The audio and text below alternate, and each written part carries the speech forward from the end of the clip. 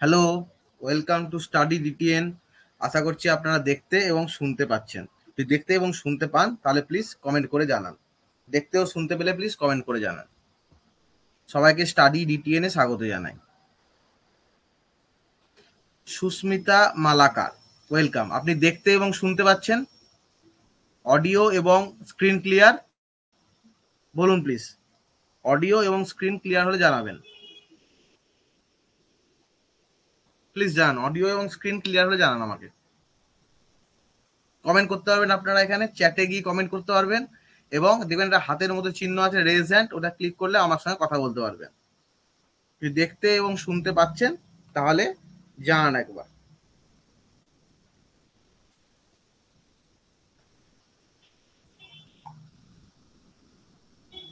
Welcome Rima পাল, দেখতে এবং শুনতে পাচ্ছেন? প্লিজ জানাবেন। দেখতে এবং শুনতে পেলে প্লিজ জানাবেন। হ্যাঁ স্যার, ক্লিয়ার। Very good. আমরা 1 মিনিট ওয়েট করব, দিয়ে আমরা আমাদের ক্লাস শুরু করব। কারণ অ্যাপে ক্লাস হচ্ছে, অনেকে জানে না, হয়তো জয়েন হতে একটু সমস্যা হলেও হতে পারে। তবে যে আমি প্রসেস বলে দিয়েছি, আশা করছি খুব একটা প্রবলেম হবে না। ওকে, আমরা 1 মিনিট ওয়েট করব, দিয়ে আমরা আমাদের ক্লাস শুরু করব।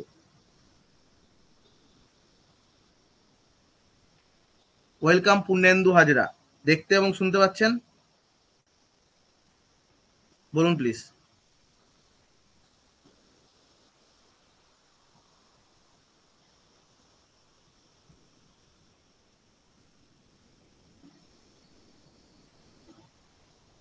ঠিক আছে, বেশ। তাহলে আমরা এস ওয়েলকাম। তাহলে আমরা আমাদের ক্লাস শুরু করছি। নমস্কার, আপনাদের সবাইকে স্টাডি ডিটিএন এ স্বাগত জানাই। আমার নাম সৌরভ ভট্টাচার্য। আমি ইউজিসি নেট পেপার 1 এবং ইংলিশ লিটারেচারের একজন এডুকেটার। আজকে আমরা যেটা পড়বো সেটা হচ্ছে ইনফর্মাল ফ্যালাসি। আমরা গতকাল ইউটিউবে এর হাফ মতো কমপ্লিট করে দিয়েছিলাম ইনফর্মাল ফ্যালাসি। আজকে আমরা বাকিটা পড়ার চেষ্টা করব। ঠিক আছে, আপনারা সবাই মন দিয়ে ক্লাসটা করবেন। যদি আগের দিনের ক্লাস দেখে না থাকেন, গ্রুপে আমি লিংক দিয়ে দিয়েছি এবং আমাদের ইউটিউব চ্যানেলও কিন্তু ক্লাসটা আছে আমাদের। ঠিক আছে, আর আমাদের ফ্রি কোর্স এবং পেড কোর্স এই অ্যাপেই করানো হয়। যদি আপনারা অ্যাডমিশন নিতে চান তাহলে এই যে আমি কোর্সের লিঙ্কটা দিয়েছি, ওখানে গিয়ে অ্যাডমিশন নিতে পারেন আপনারা। আমাদের এই কোর্সে সপ্তাহে 3 দিন লাইভ ক্লাস হয়, তার সঙ্গে প্রত্যেকটা লাইভ ক্লাসে ক্লাস রেকর্ডিং থাকে এবং আপনারা অ্যাডমিশন নিলে আগের ব্যাচের যে ক্লাসগুলো করানো হয়েছে, নোটগুলো দেওয়া হয়েছে, সেগুলো কিন্তু আপনারা সবই পেয়ে যাবেন। ঠিক আছে, সেক্ষেত্রে আপনাদের কোনো অসুবিধা হবে না। এবং আমাদের এমসিকিউ প্র্যাকটিস এবং আনলিমিটেড মক টেস্ট আছে, 1200টার ওপর মক টেস্ট, তার সঙ্গে ডাউট সলভিং সেশন। এবং প্রতিবার মোটামুটি পরীক্ষায় আমাদের পেপার 1-এ 50টার মধ্যে 40টা কোশ্চেন আমাদের কনসেপ্ট থেকে চলে আসে এবং পেপার 2-এ মোটামুটি 50 থেকে 60টা কোশ্চেন কিন্তু আপনারা পেয়ে যাবেন। সেক্ষেত্রে আপনাদের কোনো অসুবিধা হবে না। অসুবিধা হলে আমাকে ফোন করবেন, অ্যাডমিশনের কোনো প্রবলেম হলে। 6 মাসের আমাদের কোর্স, আমি 7 মাস করে রেখেছি, কারণ 1 মাস যদি বাই চান্স পরীক্ষা পিছিয়ে যায় বা যদি কিছু হয়। এখন টেস্ট দেখতেও পাচ্ছেন আপনারা, 49টা টেস্ট এবং প্লাস 1437টা। পেপার 2 এরও আপনারা কিছু কিছু সাবজেক্টের টেস্ট পেয়ে যাবেন। বেশ, ঠিক আছে, তাহলে আমরা আজকের পড়ানো শুরু করছি।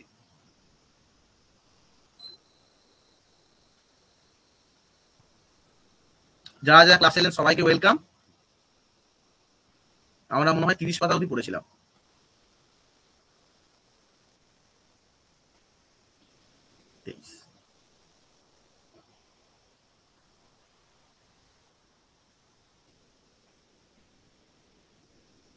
হ্যাঁ, আমরা এখান থেকে পড়বো হ্যাস্টি জেনারেলাইজেশন থেকে। ঠিক আছে, তাহলে সবার দেখতে পাচ্ছেন ক্লিয়ার? ওয়েলকাম সহদেব হালদার, অভিষেক ঘোষ, কর্ণ ওয়েলকাম এবং হচ্ছে শুভঙ্কর বেরা। আপনারা সবাইকে ওয়েলকাম জানাই আমি। ঠিক আছে, আমরা আমাদের ক্লাসটা শুরু করছি। দেখুন, সবার কাছে আশা করছি পিডিএফটা একদম ক্লিয়ার আছে। আর যদি আপনারা কারো প্রশ্ন থাকে কমেন্টও করতে পারেন এবং রেজ হ্যান্ড বলে একটা হাতের একটা চিহ্ন আছে, দেবেন নিচে, একদম একদম নিচে রেজ হ্যান্ডের চিহ্ন আছে, ওখানে ক্লিক করলে আমার সঙ্গে কথা বলতে পারবেন কোনো কিছু জিজ্ঞাসা থাকলে। আর যদি কোনো কিছু টপিক বুঝতে অসুবিধা হয় সঙ্গে সঙ্গে কিন্তু আমাকে জানাবেন, কোনো রকম দ্বিধাবোধ করবেন না।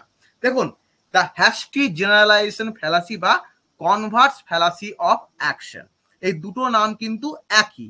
হ্যাস্টি জেনারেলাইজেশন যা এবং কনভার্স ফ্যালাসি অফ অ্যাকশন এটাও তাই। আমাদের বাংলা এবং ইংরেজি দুটো ভাষাতেই নোট দেওয়া হয় এবং প্রথমে আমরা ইংলিশ নোট থাকে, তারপরে আমাদের থাকে বেঙ্গলি ভার্সন নোট। ঠিক আছে, দেখুন কি বলছে, it is a type of informal fallacy that occurs when someone makes a broad conclusion based on limited or insufficient evidence।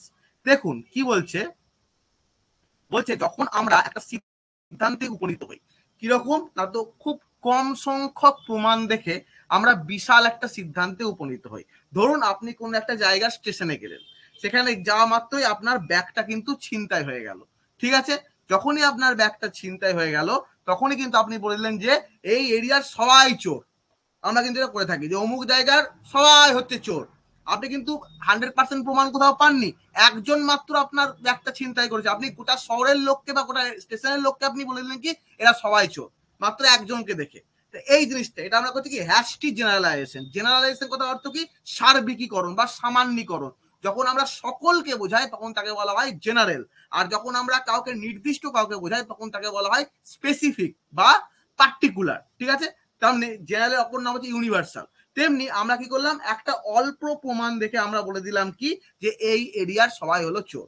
তাহলে কি বলছে যে when someone makes a broad conclusion, যখন আমরা সিদ্ধান্ত বড় সিদ্ধান্ত গ্রহণ করি যে কোনো লিমিটেড বা ইনসাফিসিয়েন্ট এভিডেন্স, কোনো তথ্য প্রমাণের অভাব, মাত্র একটা জিনিস থেকে আমরা পুরোটাই কনক্লুশনে চলে এলাম, that is called hasty generalisation. ঠিক আছে, this fallacy involves generalizing from a small sample size from exceptional cases। আমরা একটা ছোট স্যাম্পল সাইজ, ছোট নমুনা দেখেই, অল্প দেখেই কিন্তু আমরা বিশাল কিছু একটা সিদ্ধান্তে নিয়ে নিই। যেমন উদাহরণ দেখুন কি বলছে, I met one person from that country and they were rude। ঠিক আছে, they were one person, he was over। বলছে আমি একটা দেশে একজনের সঙ্গে দেখা করলাম এবং সে ছিল খুবই একটা রুড পার্সন, মানে কি তার ব্যবহার খারাপ। So all people from that country must be rude. সুতরাং কি এই দেশের সমস্ত লোকের ব্যবহারই হচ্ছে খারাপ।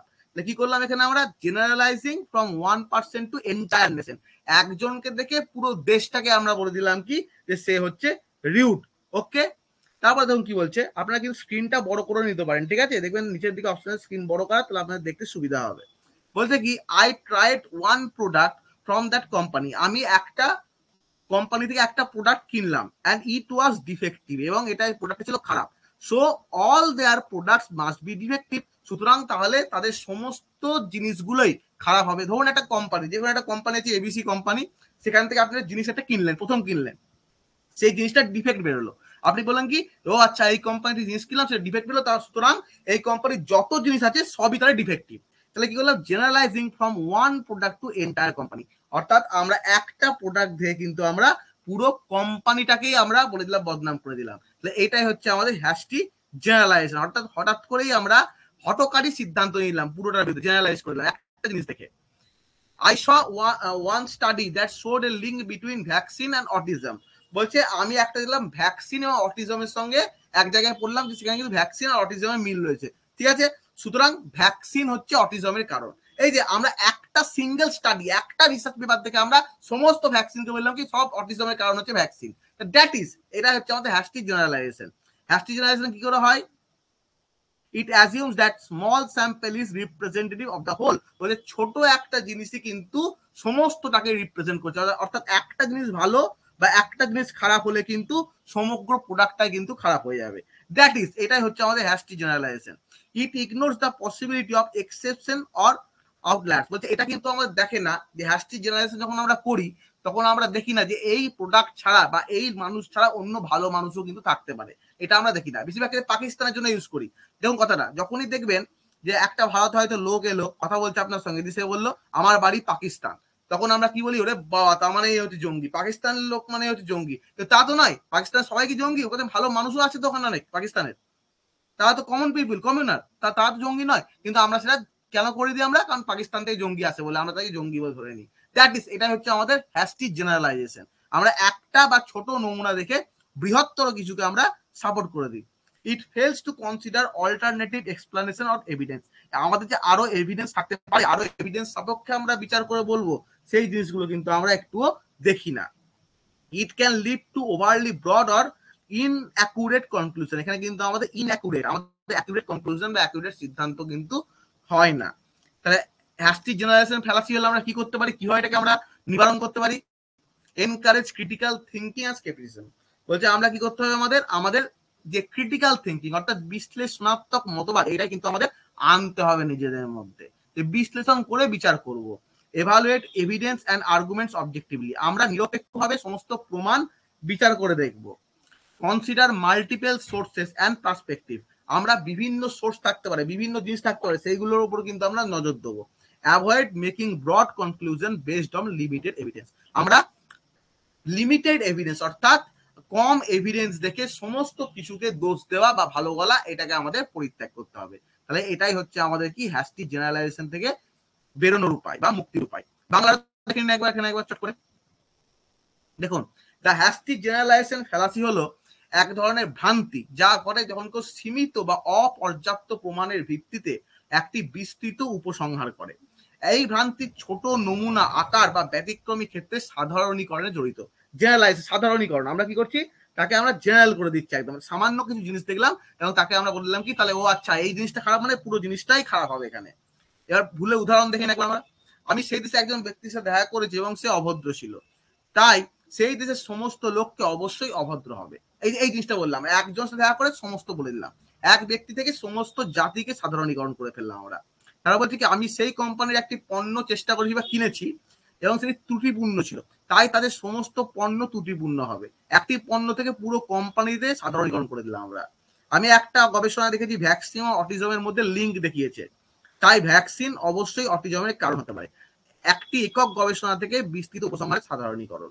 ঠিক আছে, এটা হচ্ছে কি হ্যাস্টি জেনারেশন, মানে কি হুট করে সাধারণীকরণ করি, হুট করে আমরা সামান্যকরণ করে দিচ্ছি। এটা অনুমান করে যে একটি ছোট নমুনা সমগ্রের প্রতিনিধি, এটি ব্যতিক্রম বা বহিরাগতদের সম্ভাবনাকে উপেক্ষা করে, এটি বিকল্প ব্যাখ্যা প্রমাণ বিবেচনা করতে ব্যর্থ হয়। ঠিক আছে, এবারে কি করতে পারি আমরা করতে পারি এখানে সমালোচনামূলক চিন্তা ভাবনা করতে হবে, যেটা বললাম একটু আগে আমি। প্রমাণ এবং যুক্তিগুলি বস্তুনিষ্ঠভাবে মূল্যায়ন করতে হবে, একাধিক উৎস এবং দৃষ্টিকোণ বিবেচনা করতে হবে। ঠিক আছে, বলুন কারোর কোনো সমস্যা আছে এখান থেকে? বলুন প্লিজ, কারোর কোথাও কোনো সমস্যা আছে? যদি একটু সমস্যা থাকে তাহলে কিন্তু আমাকে প্লিজ আপনারা জানান, কারণ না বুঝে হ্যাঁ বলা সব থেকে খারাপ। ঠিক আছে, এস পূর্ণেন্দু হাজরা, অভিষেক ঘোষ, সহদেব হালদার, সুস্মিতা মালাকার, কর্ণ, শুভঙ্কর বেরা, সিঞ্জিনী কুন্ডু। বলুন কারোর কোথাও কোনো প্রবলেম আছে একটুও? যদি কারোর কোথাও কোনো প্রবলেম আছে তাহলে বলতে পারেন। আর সবাই যদি বুঝে যান তাহলে একবার আমাকে কনফার্মেশন করে দিন যে স্যার বুঝে গেছি, কোনো প্রবলেম নেই। ঠিক আছে, কারণ ক্লাস সবসময় ইন্টারঅ্যাক্টিভ হতে হবে। টিচিং অ্যাক্টিভিটি আমরা পড়েছি, ক্লাস যদি সবসময় আমরা স্টুডেন্টদের সঙ্গে যুক্ত থাকি, কারণ দেখুন এটা তো আমাদের অনলাইন ক্লাস, এখানে আমাদের কোনো রকম দেখা হচ্ছে না, বা আমরা কোনো যে আমাদের নন ভার্বাল কিউজ, কারো মুখ দেখে বোঝা যাচ্ছে বুঝতে পেরেছে কি বুঝতে পারিনি, এই জিনিসগুলো হচ্ছে না। সেক্ষেত্রে আপনারা কিন্তু আমাকে বলবেন, তবে আমি বুঝতে পারবো। ওকে, আমরা অনলাইনেও অফলাইনের মতো করার চেষ্টা করছি, যাতে কারুর যেন একজনও যেন অসুবিধা না হয়। কারণ আপনারা এখানে পড়ছেন, তারা কিন্তু তাদের নিজেদের জন্য পড়তে এসছেন। সবাই বুঝতে পারলো, আপনি বুঝতে পারলেন না, যে আপনি বললেন না, এটা করা কিন্তু উচিত নয়। ওকে, আমি বারবার বলছি। দেখুন কারো যদি কোনো প্রবলেম না থাকে তাহলে আমি নেক্সট শুরু করছি। Clear sir? Shubhankar Bera, very good. এবার দেখুন রেড হেয়ারিং ফ্যালাসি। ঠিক আছে, রেড হেয়ারিং ফ্যালাসি কি? It is a type of informal fallacy that occurs when someone introduces an irrelevant or misleading topic to divert attention from the main issue. এটা খুবই একটা ভালো জিনিস, এটা আমরা কিন্তু সবাই করে থাকি। কি হচ্ছে, ধরুন আপনার কাছে কেউ একজন এলো, এসে বলল যে জানিস তো আমি না খুব কষ্টে আছি, আমি এই প্রবলেমটায় পড়েছি, আমার না ব্রেকআপ হয়ে গেছে, আমি কি করব? তখন আপনি বললেন ব্রেকআপ হয়েছে, এই নিয়ে দুঃখ করছিস, কত মানুষ দেখ খেতে পায় না, না খেতে পেয়ে, না চিকিৎসা পেয়ে তারা মারা যাচ্ছে, তাদের কথাটা ভাব, তোর এই দুঃখ কিছুই নয়।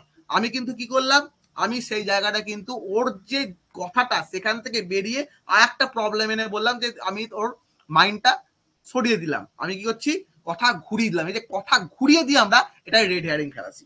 যখন আমরা কথা ঘুরিয়ে দিই, আমরা এটা কথা ঘোরাচ্ছ কেন, এই কথা ঘোরানোর ব্যাপারটাই হচ্ছে রেড হেয়ারিং ফ্যালাসি।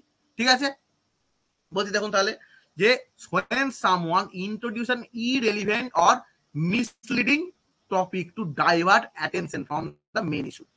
আপনার আমার কাছে আপনি এলেন যে ব্রেকআপ হয়েছে বলে, এবার আমি সেই মেন ইস্যুটাকে সরিয়ে বলে দিলাম, তো কত মানুষ খেতে পারছে না সেটাকে আগে দেখ, তারপর তো দুঃখ দেখবি। তো এই জিনিসটা, এটাকেই বলা হয় রেড হেয়ারিং ফ্যালাসি। আমি তার সমস্যার সমাধান না করে আমি চলে গেলাম কোথায়, আমি একটা অন্য টপিক নিয়ে চলে এলাম, তারটাকে ঢেকে দিলাম, দ্যাট ইজ কথা ঘুরিয়ে দিলাম, that is red herring fallacy. দেখুন, this fallacy involves distracting from the original argument or question by introducing an unrelated point. বলছে যেটা অরিজিনাল আর্গুমেন্ট ছিল সেটাকে আমি সরিয়ে দিয়ে একটা অন্য আর্গুমেন্ট নিয়ে ওখানে উপস্থাপন করলাম। দ্যাট ইজ, উদাহরণ দেখলে আপনারা আরো ভালো বুঝতে পারবেন। দেখুন, we should not worry about climate changes because there are more pressing issues like poverty। বলছে ধরুন একটা কোথাও ক্লাইমেট চেঞ্জ, আবহাওয়ার পরিবর্তন নিয়ে কোথাও একটা আলোচনা চলছে। আমরা বললাম ধরুন যে আবহাওয়ার পরিবর্তন হচ্ছে, আমাদের ক্লাইমেট চেঞ্জটা বন্ধ করতে হবে, বর্ষার সময় বর্ষা হয় না, শীতকালের সময় সেরকম ভালো শীত পড়ে না, গ্রীষ্ম পুজোর সময় বৃষ্টি হয়ে যাচ্ছে, এগুলো কি হচ্ছে? তখন একদম করলে এসব কথা চিন্তা করে লাভ নেই, আরো চিন্তা করুন যে কত লোক গরিব খেতে পাচ্ছে না, সেই বিষয়টাকে দেখুন। কি হলো, ওই প্রবলেমটাকে চেঞ্জ করার জন্য আমি ডাইভার্ট করে দিলাম মাইন্ডটাকে অন্য এক জায়গায়, introducing an unrelated issue to distract from the climate change. আমরা একটা আনরিলেটেড, যেটা যুক্তই নয়, যেটা আলোচনার সপক্ষেই নয় আমাদের, সেই জিনিসটাকে এনে আমরা ক্লাইমেট চেঞ্জটাকে সরিয়ে দিলাম। ঠিক আছে, এখানে দেখুন আবার তাহলে বলছে, I know you are trying to discuss the budget. আমি জানি যে আপনি বাজেটের ব্যাপারে, যে বাজেট আসে আমাদের প্রতি বছর একটা করে, বাজেটের ব্যাপারে কথা বলতে চাইছেন। But did you know the CEO salary is much higher than the last year. কিন্তু আপনি কি জানেন যে সিইও, যে কোনো একটা কোম্পানির সিইও, তার মাইনে বেড়ে গেছে। তাহলে আমি বাজেট নিয়ে কথা বলছি, সেখানে ও সিইওর মাইনে নিয়ে চলে এসছে। তাহলে কি বলছে, introducing an unrelated point to divert attention from the budget. একটা সিইওর মাইনে নামক একটা আনরিলেটেড টপিক চলে এসছে, এবং সেখানে কি হচ্ছে, আমরা বাজেটটাকে আমরা ভুলে গেলাম, এটা আমাদের আলোচ্য বিষয়। সেই জিনিসটা আপনি আমাকে বলছেন, স্যার আপনার পড়াটা না আমি বুঝতে পারছি না, আপনি একবার আমাকে বুঝিয়ে দেবেন। তাহলে পড়া বুঝতে পারছো না, আর ওইদিকে দেখো কত মানুষ একবারে না খেতে পেয়ে মরে যাচ্ছে, কত মানুষের কত কষ্ট। এই তো চাষিরা চাষ করতে গিয়ে সাপের কামড়ে মারা যাচ্ছে, আর তুমি পড়া বুঝতে পারো না বলে কষ্ট করছো, প্রশ্ন করছো আমাকে। এই জিনিসটা আপনার টপিক থেকে গিয়ে আমি অনেক জায়গায় চলে গেলাম, মাইন্ডটাকে ডাইভার্ট করে দিলাম। That is called red herring. আশা করছি আপনারা বুঝতে পেরেছেন। ঠিক আছে, আট উদাহরণ দেখুন। You are advocating for gun control, but what about all the people killed by the drunk drivers? ধরুন একটা মিটিং চলছে, সেখানে বলছে যে অবাধে অস্ত্র, সবার হাতে অস্ত্র থাকা যাবে না, সেটা কন্ট্রোল করতে হবে সরকারকে, পুলিশ দিয়ে অ্যারেস্ট করাতে হবে, সবার পাবলিকের হাতে কেন অস্ত্র থাকবে, এটা নিয়ে আলোচনা করছে। তখন আমি এই আলোচনা করছি, আপনি সে বললেন আপনি অস্ত্র নিয়ে কথা বলছেন, কিন্তু যারা ওই মদ খেয়ে ড্রাইভাররা গাড়ি চালিয়ে মারছে, তাদের ব্যাপারটা কি করবেন? তাহলে কি হলো ব্যাপারটা, এক জায়গা থেকে আর এক জায়গায় ডাইভার্ট করে দেওয়া হলো, মানে কি বলে, টপিকটা, আর্গুমেন্টটা। Introducing an unrelated topic to distract from the gun control. Gun control বা অস্ত্র আইনের পরিবর্তে একটা ওই মদ খেয়ে গাড়ি চেপে মারছে, সেই জিনিসটা নিয়ে চলে আসা হলো। তাহলে কি, টপিকটা থেকে কিন্তু আমাদের চেঞ্জ করে দেওয়া হলো। দ্যাট ইজ কল্ড আমাদের। এখন দেখুন সবাই অ্যাপ ডাউনলোড করছে, আমি বারবার বলেছিলাম যে অ্যাপ ডাউনলোড করবেন ক্লাস শুরু হওয়ার আগে। এখন বলতে স্যার ক্লাসে কেন জয়েন হতে পারছি না, কি করে জয়েন হবে ক্লাসে? এখন এখন অ্যাপ ডাউনলোড করেছে 5 জন, এখন অ্যাপ ডাউনলোড করলো, তার আগে করেনি, তার আগে ভাবছিল কি জানে, কি ভাবছিল কে জানে। The red herring fallacy, it diverts attention from the main issue। এটা কি করে, মেন ইস্যু যে আমাদের প্রধান টপিক, সেখান থেকে আমাদের মনোসংযোগটাকে বিচ্ছিন্ন করে দেয়, অন্যদিকে নিয়ে চলে যায়। It introduces an irrelevant or misleading topic. এটা কি করছে, যে টপিকটা আলোচনা করছে সেটাকে বাদ দিয়ে একটা ভুলভাল টপিক নিয়ে চলে আসে। It fails to address the original argument or question. প্রধান যে টপিক সেখান থেকে সেটা কিন্তু ফেল হয়ে যাচ্ছে, সেটা কিন্তু আলোচনা হচ্ছে না। It can lead confusion and misdirection. এটা কিন্তু আমাদের ভুল দিকে নিয়ে চলে যাচ্ছে। তাহলে এটা কি করতে হবে, এটাকে হটানোর জন্য কি করতে হবে আমাদের, এই ফ্যালাসি থেকে বেরিয়ে আসার জন্য আমাদের করতে হবে stay focused on the main issue. Main issue যেটা আমাদের ইস্যু, মেইন ইস্যু বাজেট বা গান কন্ট্রোল, সেগুলোর উপর আমাদের গুরুত্ব দিতে হবে। Avoid being distracted by irrelevant information. আমাদের যে মাইন্ড ডিস্ট্রাক্ট করে দেয় ভুলভাল ইনফরমেশন আছে, সেগুলো থেকে আমাদের দূরে থাকতে হবে। Encourage relevant and constructive discussion. আমাদের যে প্রাসঙ্গিক বিষয় সেটা কিন্তু উপরে আলোচনা করতে হবে, এবং অরিজিনাল আর্গুমেন্ট বা কোশ্চেনের উপর কিন্তু আমাদের অবশ্যই গুরুত্ব আরোপ করতে হবে। ঠিক আছে, এবার বাংলাটাও বলে দিচ্ছি আমি। রেড হেরিং ফ্যালাসি হলো এক ধরনের ভ্রান্তি যা ঘটে যখন কেউ মূল সমস্যা থেকে মনোসংযোগ সরানোর জন্য একটি অপ্রাসঙ্গিক বা বিভ্রান্তিকর বিষয় উপস্থাপন করে। যেটাকে বললাম যে মনোযোগ সরানোর জন্য একটা ভুলভাল টপিক, এই বিভ্রান্তির মধ্যে সম্পর্কহীন বিন্দু প্রবর্তন করে মূল যুক্তি বা প্রশ্ন থেকে বিভ্রান্ত করে দিচ্ছে। উদাহরণ কি, আমাদের জলবায়ু পরিবর্তন নিয়ে চিন্তা করা উচিত নয়, কারণ দারিদ্র্যের মতো আরো গুরুত্বপূর্ণ বিষয় রয়েছে। জলবায়ু থেকে বিভ্রান্ত করার জন্য একটি সম্পর্কহীন সমস্যা উপস্থাপন করা। আমি জানি আপনি বাজেট নিয়ে আলোচনা করার চেষ্টা করছেন, কিন্তু আপনি কি জানেন সিইওর বেতন গত বছর তুলনায় অনেক বেশি হয়ে গেছে? তাহলে বাজেট থেকে সরানোর জন্য একটি অসংলগ্ন পয়েন্ট উপস্থাপন করা হয়েছে। আপনি বন্দুক নিয়ন্ত্রণের পক্ষে কথা বলছেন, কিন্তু মাতাল চালকদের দ্বারা নিহত সমস্ত লোকের কি হবে? তাহলে কি হচ্ছে, বন্দুক নিয়ন্ত্রণ থেকে বিভ্রান্ত করার জন্য সম্পর্কহীন বিষয় উপস্থাপন করা হচ্ছে। এটা একটা ভুল কেন? এটি মূল সমস্যা থেকে মনোযোগকে সরিয়ে দেয়, একটি অপ্রাসঙ্গিক বা বিভ্রান্তিকর বিষয় উপস্থাপন করে, এটি মূল যুক্তি বা প্রশ্নের সমাধান করতে ব্যর্থ হয় এবং এটি বিভ্রান্তি এবং ভুল নির্দেশনা হতে পারে। রেড হেয়ারিং ফ্যালাসি স্বীকৃতি দিয়ে আমরা কি করতে পারি? মূল বিষয় থেকে মনোযোগী থাকতে হবে আমাদের, অপ্রাসঙ্গিক তথ্য দ্বারা বিভ্রান্ত হওয়া এড়িয়ে চলতে হবে, প্রাসঙ্গিক এবং গঠনমূলক আলোচনা করতে হবে, মূল যুক্তি বা প্রশ্ন সরাসরি সমাধান করতে হবে। বলুন, কারো কোনো প্রবলেম আছে? যদি প্রবলেম থেকে থাকে তাহলে আমাকে জানান, আর যদি বুঝে যান তাহলেও আমাকে জানান। যদি কারো কোনো প্রশ্ন থেকে থাকে সঙ্গে সঙ্গে আমাকে কিন্তু প্রশ্ন করুন। ওকে, বলুন কোনো প্রবলেম আছে কিনা এখানে। পূর্ণেন্দু হাজরা, তারপরে হচ্ছে এস এস এস, অভিষেক ঘোষ, সহদেব হালদার, সুস্মিতা মালাকার, শুভঙ্কর বেরা, সিঞ্জুরি কুন্ডু, কর্ণ। কারো কোথাও কোনো প্রবলেম আছে? বলুন প্লিজ। কারোর কোথাও কোনো প্রবলেম প্লিজ জানাবেন, কারোর কোথাও কোনো প্রবলেম থাকলে। যদি একজনেরও কোথাও প্রবলেম থেকে থাকে তাহলে প্লিজ আমাকে কিন্তু বলুন, আর যদি বুঝে যান তাহলেও কিন্তু আমাকে জানান। আর না বুঝে হ্যাঁ বলবেন না। আমি বারবার বলছি, আমি অনেকবার বলে দেবো আপনাদের, কোনো অসুবিধা নেই, কিন্তু না বুঝে হ্যাঁ বলবেন না। ঠিক আছে, তাহলে আমি শুরু করছি। Next, the equivocation fallacy. Equivocation, equivocation হচ্ছে এক ধরনের এমন একটা জটিল ধরনের বিষয়। কারণ কি, এখানে আমরা কি করছি, একটা অর্থ দু তিন রকম ভাবে ব্যবহার হবে। এটা একটা অ্যাম্বিগুয়াস ওয়ার্ড, মানে কি একটা অর্থে একটা শব্দের বিভিন্ন রকম অর্থ কিন্তু এখানে এসে দাঁড়াবে। সেই জিনিসটা দেখুন, এখানে পিকে সিনেমার একটা ভালো উদাহরণ, মানে ডায়লগ আছে এখানে একটা, তাই বুঝে যাবেন আপনারা। পিকে সিনেমায় বলছে যে, এখানে পিকে বলছে যে বাইরে গ্রহ থেকে এসে, যে আমি এখানে শুনছি যে মানুষ বলছে आई लव चिकन, इसका मतलब है कि उसको चिकन के साथ कोई प्यार नहीं, वो चिकन खाना पसंद करता है। তো এই জিনিসটা মানে সে বলছে আই লাভ চিকেন, আমি চিকেনকে ভালোবাসি। তাহলে কি পাখিটাকে ভালোবেসে সে রেখেছে যত্ন করে, সে পাখি প্রেম করছে তা নয়, সে পাখির মাংসটা খেতে ভালোবাসে। আমরা বলি আই লাভ মাটন, ওয়াও, তার মানে কি সে ভালোবাসে খেতে ওটা।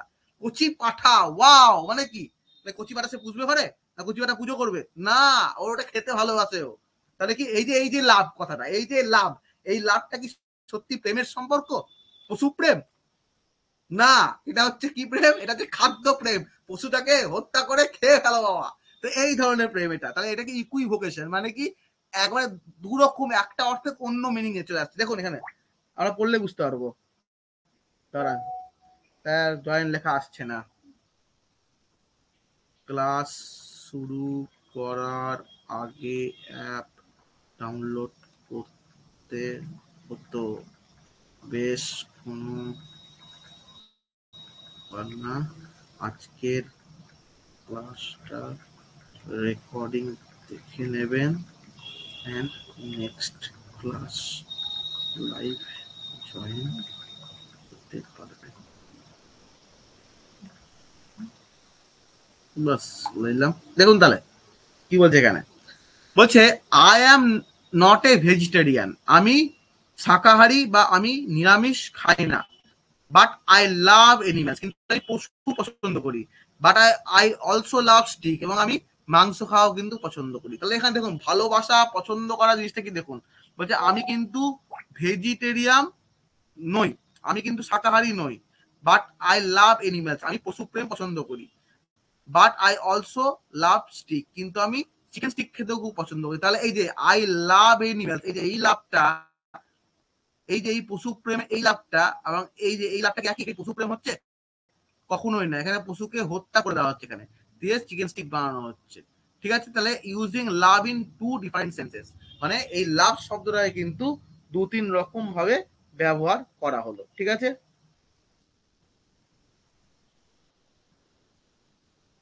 স্ক্রিনশট হয় না আবার,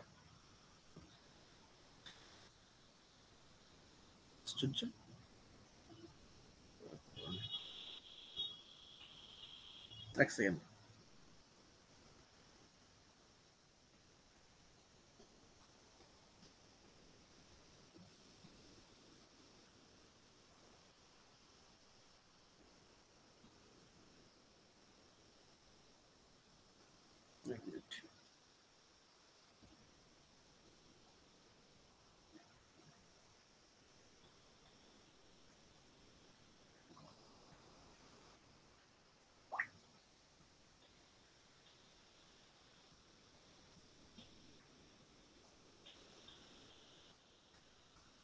দেখুন তাহলে বুঝতে হবে জিনিসটা কি, এই যে এই লাভ আর এই লাভের মধ্যে কিন্তু পার্থক্য আছে। আবার দেখুন কি বলছে, the new policy is free because is funded by the government, using free to mean both without cost এবং ফান্ডেড বাই দ্য গভর্নমেন্ট। এখানে দেখুন এই যে this new policy is free, এখানে বলছে কি নতুন পলিসিটা হচ্ছে বিনামূল্যে, কারণ গভর্নমেন্ট এখানে টাকা দিচ্ছে। মানে কি ফ্রি কি পুরোটা হচ্ছে, কখনোই না কেউ টাকা দিচ্ছে একটা, তাহলে এই ফ্রিটা হচ্ছে পাবলিকের জন্য এবং যে টাকা দিচ্ছে হচ্ছে গভর্নমেন্ট, সেজন্য কিন্তু ফ্রি কিন্তু এটা হচ্ছে না।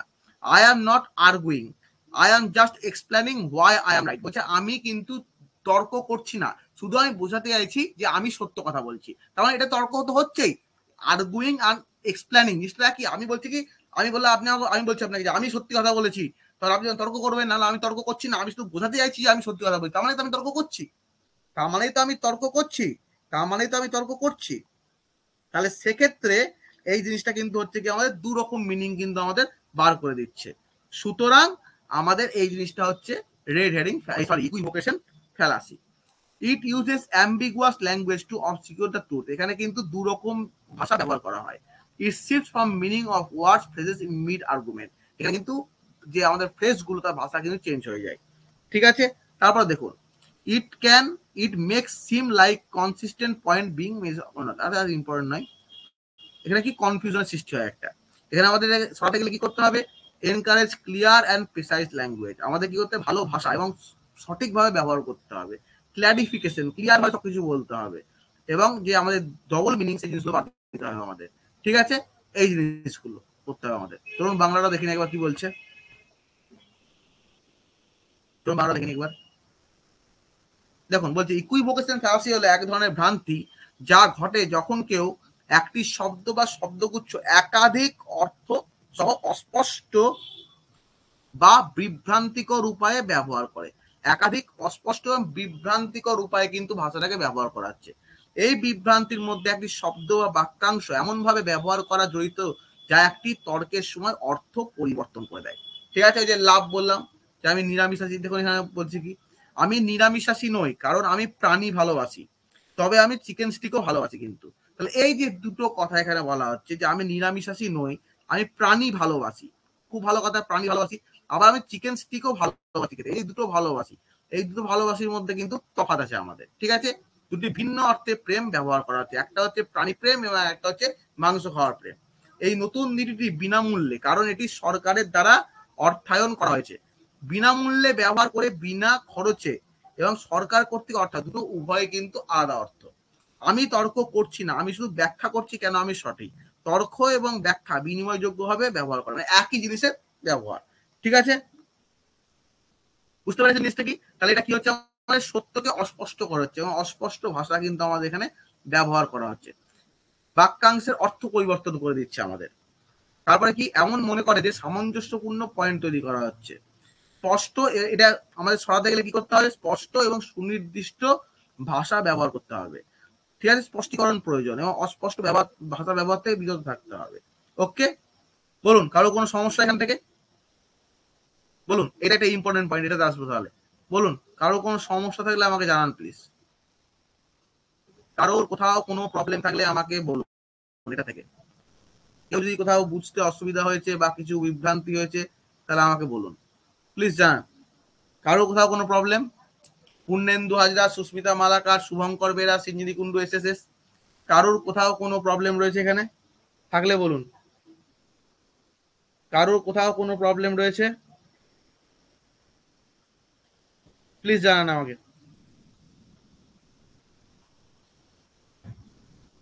কারোর কোথাও কোনো প্রবলেম, সবাই বুঝতে পেরেছেন বলুন প্লিজ।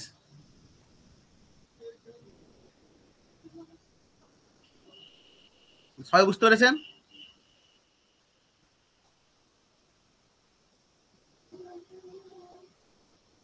যাক, ঠিক আছে, নেক্সট যাচ্ছি আমি। এবার আসছে কি, the begging the question fallacy বা পেটিটিও প্রিন্সিপি বা সার্কুলার আর্গুমেন্ট। এটা কিন্তু পরীক্ষায় বারবার আমাদের আসে, সুতরাং এটা কিন্তু আপনাদের ভালো করে বুঝতে হবে যে দ্য বেগিং দ্য কোশ্চেন বা সার্কুলার আর্গুমেন্ট বা পেটিটিও প্রিন্সিপি কাকে বলা হয়।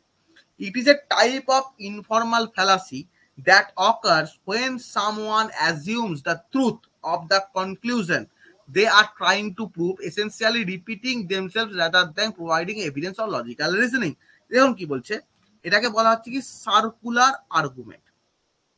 সার্কুলার মানে গোল ভাবে, মানে যেটা আমি প্রমাণ করতে চাইছি সেটাকে দিয়েই আমি প্রমাণ করার চেষ্টা করছি, যেটা আমি প্রমাণ করতে চাইছি সেটাকে দিয়েই আমি সবকিছু প্রমাণ করার চেষ্টা করি। যেমন উদাহরণ দেখলে আপনি বুঝতে পারবেন, god exist because Bible Sage so, বলছে ঈশ্বর আছেন কারণ বাইবেল সেটিকে বলছে, and the Bible is true, Bible সত্য কারণ গড লিখেছে। তাই দেখুন ও প্রমাণ করতে চেয়েছিল কি গডের এক্সিস্টেন্স, গডের এক্সিস্টেন্স, ঠিক আছে, এবং সেই গডের এক্সিস্টেন্স দেওয়ার জন্য সে বাইবেলের রেফারেন্স দিল, ঠিক আছে, বলছে বাইবেলে গডের উল্লেখ আছে এবং বাইবেলটা লিখেছে কে, সে গডই লিখেছে। তাহলে তাহলে কি হলো যে অমুক লোক সাক্ষী দেবে অমুক চুরির, কারণ ওই চুরিটা করেছে। তা এই জিনিসটা কথা বলা হচ্ছে এখানে একদম, ঠিক আছে, বলছে ভগবান আছে কারণ বাইবেলে বলা আছে এবং বাইবেলটাই ভগবান লিখে দিয়েছে। তাহলে কি যেটা প্রমাণ করতে যাচ্ছি ঘুরে ফিরে সেইটাই কিন্তু চলে আসছে আমার, ঠিক আছে। তাই কনক্লুশনের মধ্যে কিন্তু আমরা ট্রুথটাই করার চেষ্টা করছি, কোনো রকম অন্য প্রমাণ কিন্তু আমরা দেখছি না। This fallacy involves using circular argument, এটা ঘুরপাক খেয়ে থাকে। দেখুন গডে শুরু হলো আবার গডেই কিন্তু শেষ হলো, কিছু প্রমাণ কিন্তু হলো না, গডকে প্রমাণ করতে গডের লেখাই দিয়ে চলে এলো। Where the conclusion is essentially the same as the premise, মানে কি আমাদের যুক্তি বাক্যের সঙ্গে যুক্তি বাক্যও যা সিদ্ধান্তও তাই।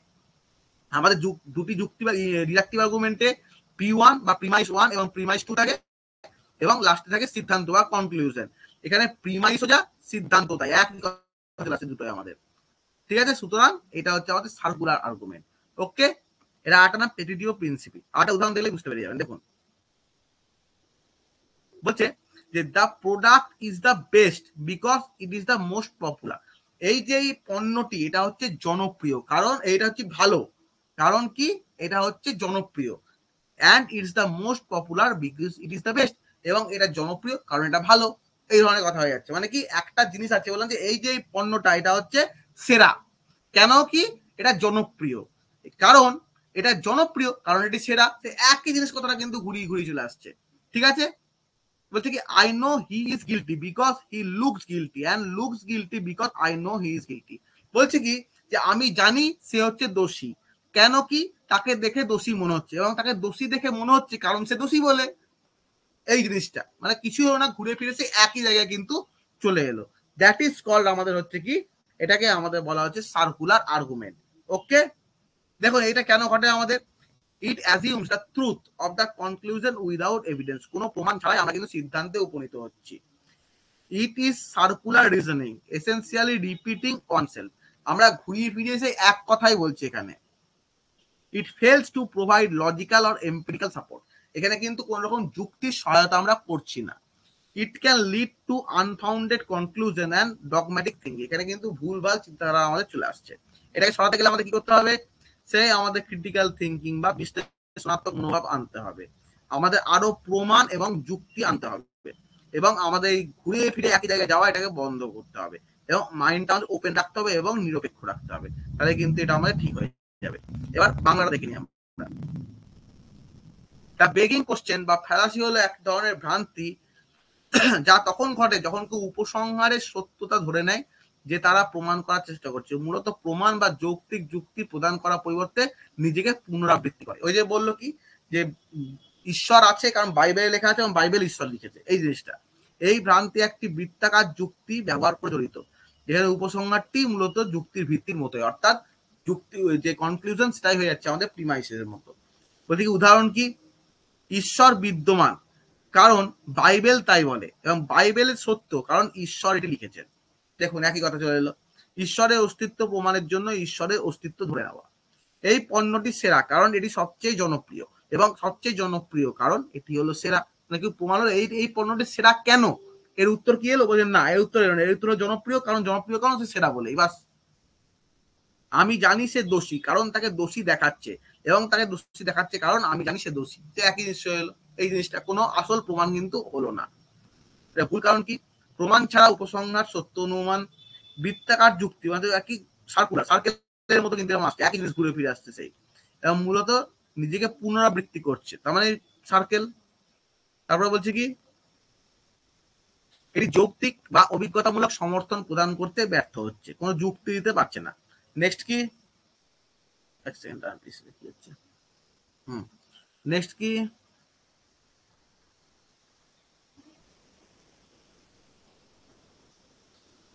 নেক্সট দেখুন, এটি ভিত্তিহীন সিদ্ধান্ত, গোড়ামি চিন্তার দিকে নিয়ে যেতে পারে, ভিত্তিহীন সিদ্ধান্তের দিকে আমাদের নিয়ে যাচ্ছে।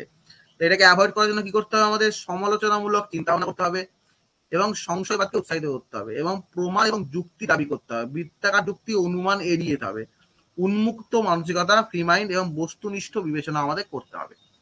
বলুন, কারোর কোনো কোথাও প্রবলেম আছে? কারোর যদি কোথাও কোনো প্রবলেম থাকে তাহলে আমাকে বলুন প্লিজ। কারোর কোথাও কোনো প্রবলেম আছে এখানে? এসএসএস, সিদ্রি কুন্ডু, শুভঙ্কর বেরা, সুস্মিতা বালাকার, কারোর কোনো প্রবলেম আছে এখানে? প্লিজ বলুন আমাকে, কারোর কোথাও কোনো প্রবলেম আছে এখানে? তাহলে জানান আমাকে।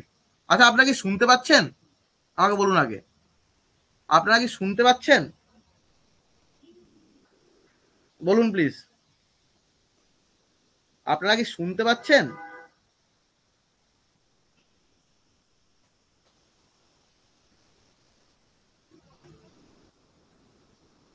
বলুন প্লিজ, আপনারা কি শুনতে পাচ্ছেন?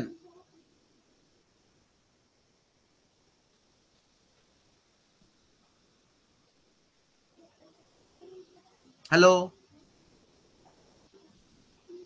আপনারা শুনতে পাচ্ছেন? তা বলুন আমাকে প্লিজ একবার।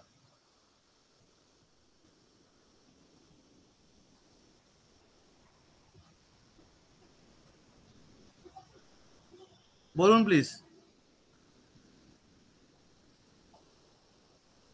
লাস্ট মেসেজ আমি 8:03 পেয়েছি, বলুন আপনারা কি শুনতে পাচ্ছেন?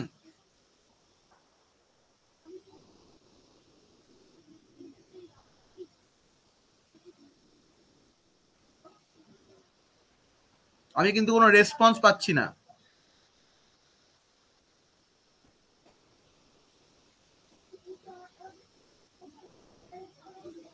বেশ, তাহলে কি করবো, আপনি যখন রেসপন্স পাচ্ছেন তার মানে আশা করছি কোনো নেটওয়ার্কের ডিস্টার্ব হয়েছে। আমি শুনতে পাচ্ছেন সিন্দি কুন্ডু? আচ্ছা বেশ, ঠিক আছে। দেখুন তার নেক্সট বলছে কি, দ্য অ্যাপিল টু ট্র্যাডিশন ফেলাস। এক মিনিট, আমি ইন্টারনেট কানেকশনটা মনে হচ্ছে একটু লুজ হচ্ছে আমার, আমি ঠিক করে দিই, 1 মিনিট দাঁড়ান।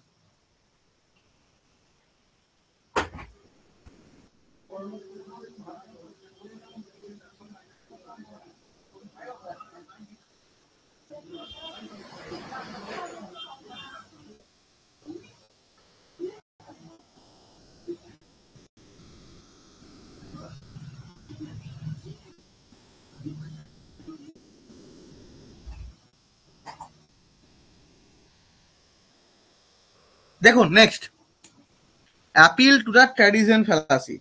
ঠিক আছে, 1 সেকেন্ড দাঁড়ান।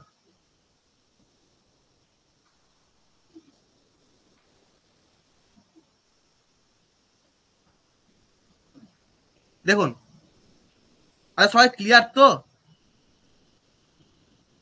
একজনই বলছে শুনতে, বাকি কেউ বলতে পারছে না শুনতে পাচ্ছে কিনা।